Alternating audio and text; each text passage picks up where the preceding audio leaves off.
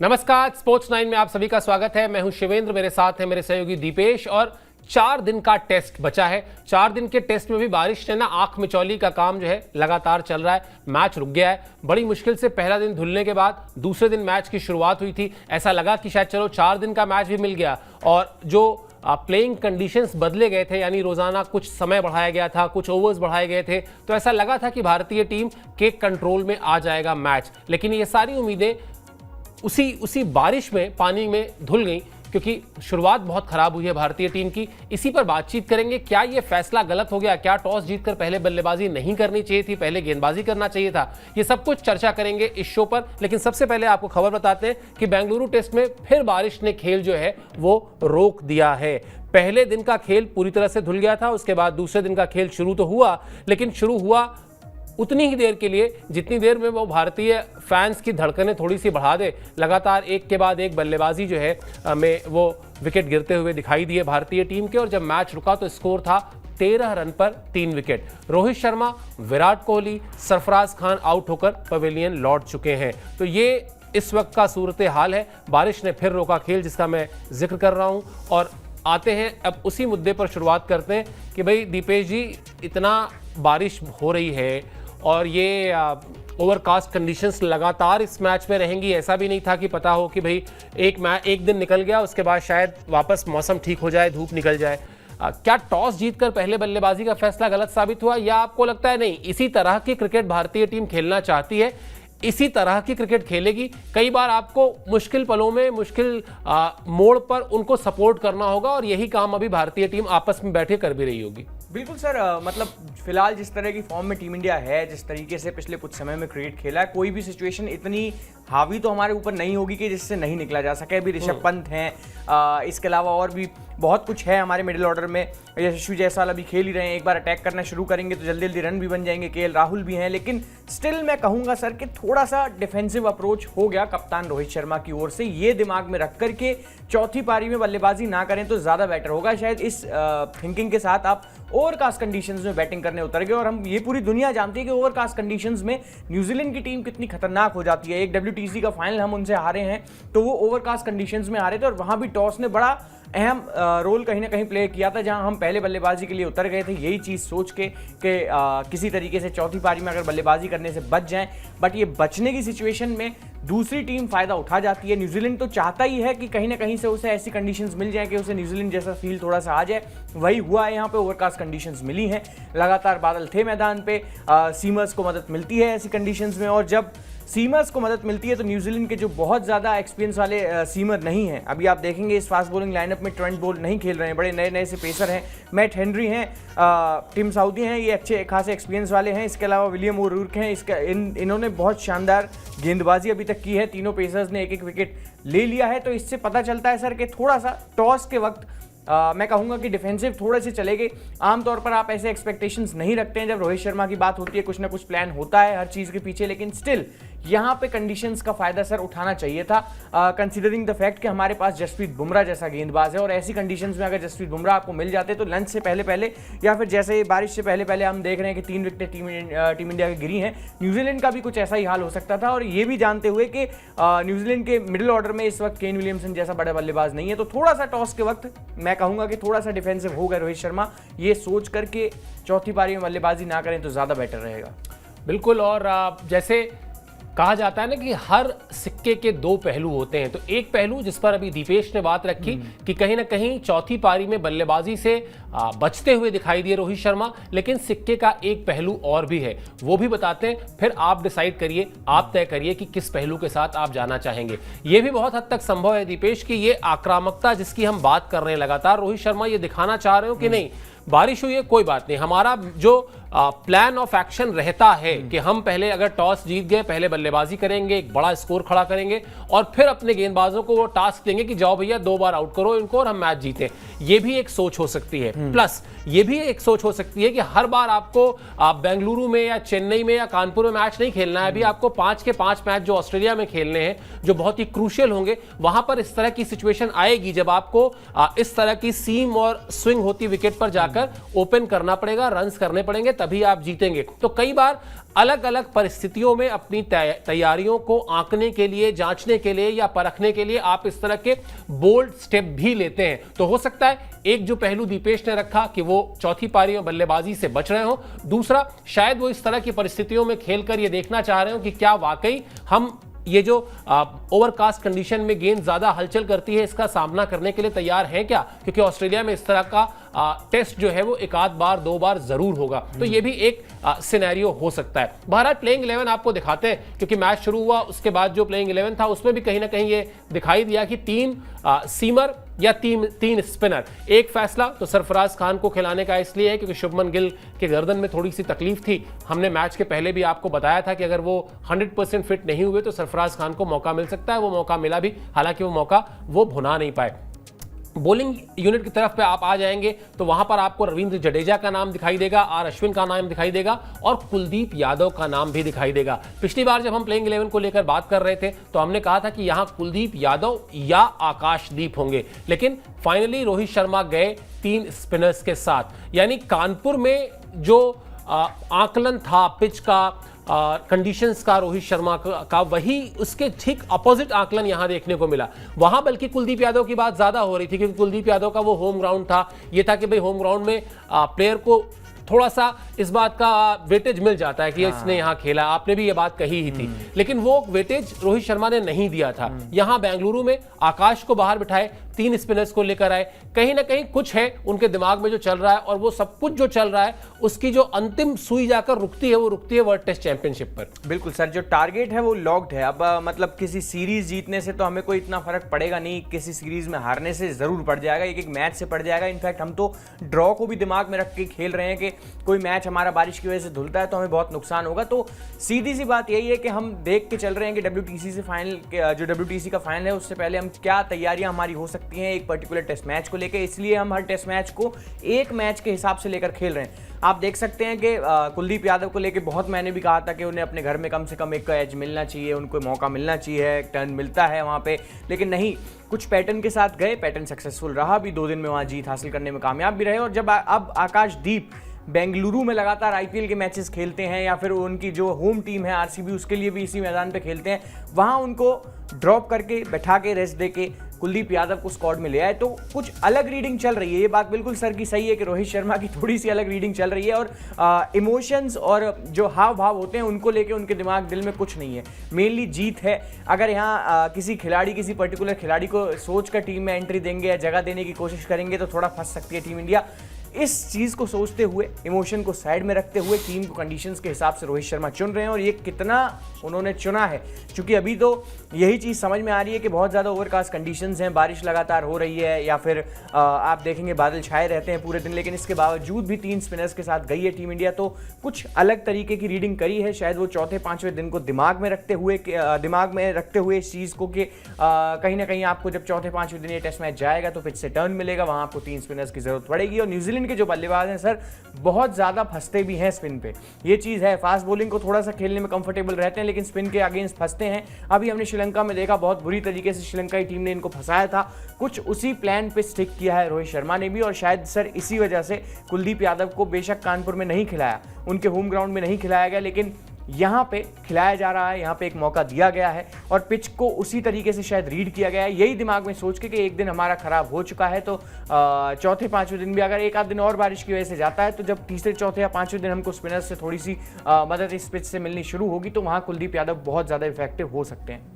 बिल्कुल, और यही सारे गणित के साथ भारतीय टीम चल भी रही है। और टॉस के बाद जब रोहित शर्मा टॉस जीतकर पहले बल्लेबाजी का फैसला उन्होंने किया तो उन्होंने क्या कहा, उनका कोट जो है क्या था, वो भी आपको दिखाते हैं, वो भी आपको बताते हैं, क्योंकि वहां पर भी बात एक एग्रेसिव अप्रोच की ही हो रही है, वहां पर भी बात एक पॉजिटिव अप्रोच की ही हो रही है। रोहित शर्मा की कोट प्लेट जरा दिखाइए भाई। रोहित शर्मा कह रहे हैं पिच पिछले कुछ दिनों से ढकी हुई थी, बल्लेबाजी की शुरुआत थोड़ा पेचीदा होगी, हमें स्कोरबोर्ड पर रन जोड़ने होंगे, हम पूरा एक दिन खो चुके हैं, इन 4 दिनों में भी बहुत कुछ हो सकता है, मैच में नतीजा निकले इसकी पूरी कोशिश करेंगे। पिछले कुछ टेस्ट मैच हमने शानदार अंदाज में खेले हैं, हमें वहां से विश्वास मिलेगा। वर्ल्ड टेस्ट चैंपियनशिप की पॉइंट टेबल अच्छी दिख रही है, बिल्कुल अच्छी दिख रही है, इसमें कोई दो राय ही नहीं है। 2 लाइनें जो हैं, पहली लाइन जो ये कहती है कि इस विकेट पर इतने दिनों से ढका हुआ था, ओवरकास्ट कंडीशन से, इसलिए बल्लेबाजी पेचीदा होगी। यानी ऐसा नहीं है कि रोहित शर्मा को अंदाजा नहीं था कि ऐसा हो जाएगा और रोहित शर्मा ने किसी गड़बड़ी में ये टॉस जीतकर पहले बैटिंग का फैसला कर लिया। और दूसरी चीज ये कि 4 दिन में भी हम पूरी कोशिश करेंगे कि नतीजा निकाले। ये दोनों ही स्टेटमेंट अपने आप में बहुत ही पॉजिटिव अप्रोच दिखाते हैं और मुझे लगता है शायद एक खिलाड़ी के तौर पर आप कितने मैच जीतते हैं, कितने मैच हारते हैं, आपके करियर में आप क्या कुछ करते हैं, क्या कुछ हासिल करते हैं, क्या कुछ फैंस को देते हैं, जितना इंपॉर्टेंट ये है उतना ही इंपॉर्टेंट ये भी है कि आप कितने पॉजिटिव रहते हैं। बिल्कुल सर, अब थोड़ा समझ में आ रहा है कि जो टॉस से रिलेटेड जो चीज़ें हैं, पिच से लेके भी है या फिर प्लेइंग 11 भी आप देखेंगे 3 स्पिनर्स खिलाने का फैसला, मैं थोड़ा सा मानता हूं कि अब थोड़ा ये चीज़ें समझ में आ रही है कि कैलकुलेटिव ही किया है रोहित शर्मा ने जो भी कुछ किया है। जिस तरीके का ये कोट प्लेट है या बयान आप देखेंगे इनकी, ये कैलकुलेटिव चीज़ें नज़र आती हैं। क्यों पिच को देखते हुए, कंडीशंस को देखते हुए ऐसी टीम चुनी गई या फिर टॉस जीत के पहले बल्लेबाजी की गई। डरने का तो कोई काम है ही नहीं। और जो बात इन्होंने कहा कि एक दिन खराब हो चुका है, अब 4 दिन में हमें टेस्ट मैच जीतने की ओर देखना है, जब ये टीम 1.5 दिन में टेस्ट मैच जीत सकती है तो 4 दिन तो सर बहुत ज़्यादा ही समय है, कोई दिक्कत वाली बात नहीं है। और मैं अभी भी एक चीज़ मानता हूँ सर, ऐसी कंडीशंस में जहाँ गेंद टर्न होता है या फिर ये जो एशियन कॉन्टिनेंट्स में मैच होते हैं, इसमें एशियन कंट्रीज़ में मैच होते हैं, इनमें आप जितना भी देखेंगे इसमें बांग्लादेश फिर भी न्यूजीलैंड से थोड़ी सी फालतू ही रेट करके चलूंगा, मतलब थोड़ा सा ज़्यादा मतलब रेट करके चलूंगा बांग्लादेश की टीम को न्यूजीलैंड के ऊपर। न्यूजीलैंड की टीम उतना स्पिन खेलने में अच्छी नहीं है जितनी बांग्लादेश की टीम थी, तो जब हमने उन्हें हरा दिया 1.5 दिन में तो फिर न्यूजीलैंड को 4 दिन में हराने के लिए हमें कोई दिक्कत आनी नहीं चाहिए। और यहाँ से बेशक ऋषभ पंत अभी हैं, यशस्वी जायसवाल हैं, दोनों बड़े एग्रेसिव बल्लेबाज हैं। एक बार अगर आधे घंटे दोनों मिलकर लगातार खेल गए तो उसके बाद से तो फिर गेम इनकी अपनी होती है, जिस तरीके से खेलना चाहेंगे। पिछले टेस्ट मैच में, पिछली टेस्ट सीरीज में जिस तरीके का प्रदर्शन दोनों खिलाड़ियों ने किया, ऋषभ पंत ने भी बड़ी शानदार सेंचुरी अपने रिटर्न पर लगाई। और टेस्ट मैचेस और ऋषभ पंत ये एक अलग तरीके की लव स्टोरी है। तो अभी टेस्ट मैच कहीं से कहीं तक 3, और ये कॉन्फिडेंस भी सर टीम ने ही गेन किया है कि 3 विकेटें गिर चुकी हैं मात्र 17 रन पे 14 ओवरों में। बड़ी स्ट्रगल कर रही है टीम इंडिया, बैट को बॉल से टच करने में भी दिक्कतें हो रही हैं। 2 बल्लेबाज ऐसे हैं जो 0 पे आउट हुए हैं, कप्तान रोहित शर्मा खुद 2 पे आउट हुए हैं। उसके बावजूद भी इतना है कि दिमाग में एक चीज़ है कि ये टीम है जो कमबैक कर सकती है। यही स्कोर 17 पे 3 की जगह 30 पे 5 भी होता तो ऐसा भरोसा था कि रविचंद्रन अश्विन और रविंद्र जडेजा में भी इतनी कैपेबिलिटी है कि वो एक मैच हमारे लिए निकाल सकते हैं, एक अच्छे कॉम्पिटिटिव स्कोर पे हमें पहुंचा सकते हैं। और फिर जब आपकी गेंदबाजी लाइनअप इतनी तगड़ी हो कि किसी भी और दिन एक सेशन में 10 विकेटें निकालने का दम रखती हो, जसप्रीत बुमराह उस गेंदबाजी लाइनअप को लीड कर रहे हो, तो फिर कोई टेंशन की बात है नहीं सर। अभी भी 3 विकेटें 17 रन पे खोने के बावजूद भी मैं इतना कॉन्फिडेंट हूं कि अपनी कंडीशंस में हम बड़े आसानी से यहां से भी वापसी कर लेंगे। और न्यूजीलैंड की टीम को जैसा बांग्लादेश के साथ हुआ था, वो 146 पे 6 का आंकड़ा मुझे अभी भी याद है, फिर उसके बाद लगभग 400 का स्कोर पहुंचा देना, फिर बांग्लादेश को हरा भी देना या फिर 1.5 दिन में बांग्लादेश को हरा देना, ये चीज़ें बताती हैं कि टीम अभी कहीं से कहीं तक मुश्किल में नहीं है। लेकिन फिर भी ओवर कॉन्फिडेंस में ना जाते हुए यहाँ से एक अच्छे स्कोर पे पहुंचना होगा, क्योंकि न्यूजीलैंड की टीम भी WTC फाइनल जीती हुई टीम है सर। बिल्कुल, WTC जीती हुई फाइनल जीती हुई टीम है न्यूजीलैंड की। लेकिन हाँ, ये बात आपकी बिल्कुल सही है कि अब वो हाथ पांव नहीं फूलते भारतीय क्रिकेट फैंस के। जो पहले मुझे याद है जब हम लोगों ने क्रिकेट देखना शुरू किया, देखना तो बहुत पहले शुरू कर दिया, जब कवर करना शुरू किया, मतलब जब इस प्रोफेशन में आ गए, तो उस वक्त सचिन तेंदुलकर एक ऐसे खिलाड़ी होते थे कि आउट हुए तो पता चला कि हालत खराब होना शुरू हो जाती थी कि अब तो मैच निकल गया, अब तो मैच निकल गया। अब इस टीम में ये पोटेंशियल है, जो बात अभी दीपेश ने कही कि अगर अभी और 1-2 विकेट गिर जाएं तो भी ये उम्मीद रहेगी कि आर अश्विन कुछ कर सकते हैं। तो ये अर्न किया है इस टीम ने अपनी काबिलियत से, अपने संघर्ष करने की जो पुरानी आदत रही है उससे, और जो हाल फिलहाल के रिजल्ट है उससे। रोहित शर्मा ने कहा वर्ल्ड टेस्ट चैंपियनशिप की पॉइंट टेबल बहुत सुंदर दिख रही है, बड़ी अच्छी दिख रही है। जरा क्या कह रही है वर्ल्ड टेस्ट चैंपियनशिप की पॉइंट टेबल, ये भी आपको बताते हैं, क्योंकि वाकई लग तो वो बहुत अच्छी रही है। और 3 मैच की जो ये सीरीज थी बहुत अहम थी, लेकिन अभी फिलहाल अहम सीरीज के बीच में जो अच्छी लगने वाली चीज है वो ये लाइन आपकी स्क्रीन पर है। भारतीय टीम टॉप पर है और इसमें सबसे मजेदार बात यह है, दूसरे नंबर पर ऑस्ट्रेलिया है। यही 2 टीमें संभवतः फाइनल भी खेलेंगी अभी अगर देखा जाए तो। पिछले 5 टेस्ट मैच लगातार जीतने वाली इकलौती टीम है भारत की। मतलब जितनी भी टीमें वर्ल्ड टेस्ट चैंपियनशिप के पॉइंट टेबल में हैं, 9 टीमें हैं इस वक्त वहां कोई भी टीम ऐसी नहीं है, चाहे वो ऑस्ट्रेलिया की टीम ही क्यों ना हो, जिसने पिछले 5 मैच लगातार जीते हों। ये पिछले 5 मैच लगातार की जो लगातार जीत है दीपेश, ये कहने में बहुत आसान लग रहा है, लेकिन जब आप इसका एनालिसिस करेंगे, जब आप मैच दर मैच जाएंगे, तो आप समझ पाएंगे कि शायद क्या कंसिस्टेंसी दिखाई है भारतीय टीम ने, और उस कंसिस्टेंसी के दम पर ही शायद आप ये बड़े आराम से कह भी रहे कि 17 पे 3 है लेकिन चिंता की कोई बात नहीं है। तो वो कंसिस्टेंट अप्रोच गलती करके मैच में वापसी करना, खुद की अपनी गलतियों को सुधार लेना, एक्स्ट्रा ऑर्डिनरी जगहों पर जाकर परफॉर्म कर देना, ये सब कुछ इस टीम ने हासिल किया है अपने दम पर, अपने बलबूते पर। बिल्कुल सर, सही बात है। 5 टेस्ट मैच लगातार जीत, यानी कि 30 दिन लगातार आपने किसी दूसरी टीम को कहीं एज दिया ही नहीं, दिया भी है तो आप वापसी करने में कहीं ना कहीं कामयाब रहे, तो ये कंसिस्टेंसी दिखाता है। और जो स्टार्स की हम बात कर रहे हैं अपनी टीम के पास, अब वो सर ने अभी एक बड़ा अच्छा एग्जांपल दिया कि सचिन तेंदुलकर पहले आउट होते थे तो भाई टीवी बंद हो जाते थे, कहीं ना कहीं ये बातें होती थी कि अब कौन जिताएगा, टेस्ट मैच की जिम्मेदारी कौन लेगा या किसी मैच की जिम्मेदारी कौन लेगा। अब इतने सारे स्टार्स हमारे पास हैं कि 17 पे 3 होने के बावजूद भी केएल राहुल का और ऋषभ पंत का और यशस्वी जायसवाल का हमने नाम ही लिया, सीधा हम कूदे जाके रविचंद्रन अश्विन पे कि वो भी तो हैं, वो भी मुश्किल समय में आपको शतक मार के दे देते हैं, आपके लिए क्रूशियल रन्स कर देते हैं, तो फिर ये कॉन्फिडेंस गेन किया है। और अब जब दिक्कत वाली कोई बात नहीं है, इतने सारे विकेटें गिरने के बाद भी इतनी उम्मीद है कि ये टीम खेल जाएगी अच्छा, भले ही न्यूजीलैंड की टीम हो WTC फाइनल जीती हुई, क्योंकि ये कंसिस्टेंसी दिखाता है कहीं ना कहीं। वो जो 5 टेस्ट मैचों की जो जीत सर बता भी रहे हैं लगातार के, अभी तक ऑस्ट्रेलिया की टीम भले ही जो WTC की फिलहाल रेनिंग चैंपियंस भी हैं, उन्होंने भी लगातार 5 टेस्ट मैच इस साइकिल में नहीं जीते हैं, टीम इंडिया जीत चुकी है। और उम्मीद स्टेप बाय स्टेप, जिस तरीके से हम ऑस्ट्रेलिया जाने से पहले एक टेस्ट मैच को हम देख रहे हैं, एक टेस्ट मैच की प्लेइंग 11 खिला रहे हैं, हमारे दिल में वो बात लगातार आती है कि भाई किसी खिलाड़ी को घर में एक मैच मिलना चाहिए, एक एज मिलना चाहिए, वो भी नहीं रोहित शर्मा दे रहे हैं क्योंकि कंडीशंस के हिसाब से प्लेइंग 11 खिला रहे हैं, किसी तरीके के इमोशन के मूड में है नहीं, क्योंकि इमोशन से कप नहीं जीते जाते। और अब इसी अप्रोच के साथ आपको आने वाले समय में चलना भी होगा, अभी तक चल भी रहे हैं, और शायद इसी वजह से लगातार हम ये बात कह भी रहे हैं कि 17 रन पे 3 विकेटें जरूर गिरी, लेकिन अभी भी इतना कैपेबिलिटी है अपनी टीम के पास कि यहां से टीम उठ सकती है, एक अच्छा स्कोर बोर्ड पे लगा सकती है। और सर थोड़ी देर की बात है बस, अगर अगले 1-8 घंटे बारिश रुकने के बाद अच्छे से टीम इंडिया खेल लेती है, अगला 1-1.5 घंटा आराम से थोड़ा सूझबूझ से निकाल लेती है, थोड़ा रुक के भी खेल लेती है थोड़ा, क्योंकि यशस्वी जायसवाल और पंत रहेंगे तो रन तो आएंगे, कैसे भी आएंगे, चाहे गेंदबाज आप कोई भी लगा दीजिए, कंडीशंस कोई भी हो, उनके हाथ चलते हैं, वो रन स्कोर करेंगे। अगर 1 घंटा थोड़ा सा और अच्छे से निकल जाता है तो फिर उसके बाद केएल राहुल आपको स्टेबिलिटी देने का काम कर सकते हैं, बड़े आराम से आज का दिन भी वो खींच सकते हैं, उनके पास ये कैपेबिलिटी है। और उसके बाद फिर टेस्ट मैच को आपको जिस तरीके से सजाना है, भले ही आपके 3 विकेटें जल्दी गिर गए, आप उसको अपने हिसाब से बना सकते हैं। फिलहाल की प्लानिंग ये होगी मेरे हिसाब से, बिल्कुल यही प्लानिंग होगी। और गौतम गंभीर ने कहा भी यही था दीपेश अभी इस मैच के शुरू होने से पहले कि अगर किसी एक दिन हमारे बल्लेबाज 400-500 रन बनाते हैं एक दिन में तो इसमें दिक्कत क्या है, लेकिन फिर उन्होंने ये भी कहा था कि अगर कहीं जरूरत पड़ गई और 2 दिन बल्लेबाजी करनी पड़ गई मैच को बचाने के लिए, ड्रॉ कराने के लिए, तो हमारे पास ड्रेसिंग रूम में ऐसे बल्लेबाज हैं जो 2 दिन जाकर बल्लेबाजी भी कर सकते हैं।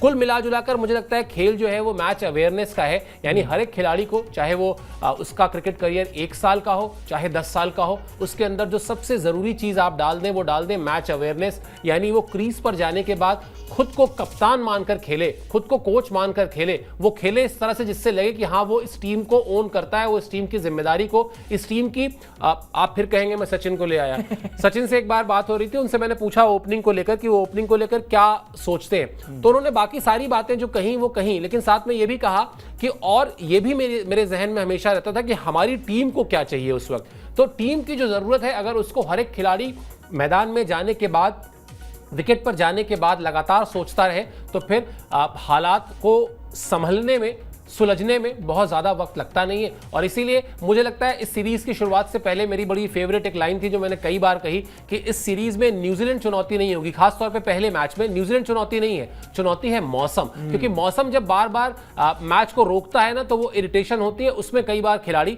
गलती कर जाते हैं। तो अभी फिलहाल के लिए मौसम जो है वो थोड़ा फिर उसने राहत दी है, मैच फिर से शुरू हो गया है, हमारी नज़र है, हम मैच पर ही नज़र रखेंगे, मौसम पर भी नज़र रखेंगे। आप अपना काम धाम करते रहिए, बीच बीच में अपडेट देने के लिए जब हम लाइव करने आएंगे तो आपको नोटिफिकेशन जाएगा। इसके लिए आपको ये करना है कि आपको सब्सक्राइब कर लेना है, ताकि हम जब भी कोई लाइव करें और इस तरह का कोई वीडियो करें तो आपके पास वो जानकारी पहुंच जाए। बहरहाल अपडेट रखेंगे आपको, इससे आप बिल्कुल परेशान ना रहें, ये हमारा वादा है कि आपको अपडेट रखेंगे, सिर्फ इस टेस्ट मैच को लेकर नहीं, बाकी भी खेल की सारी खबरों को लेकर। फिलहाल इस ब्रॉडकास्ट में इतना ही। आप हमसे जुड़े इसके लिए मेरी और दीपेश की तरफ से बहुत बहुत शुक्रिया और आभार।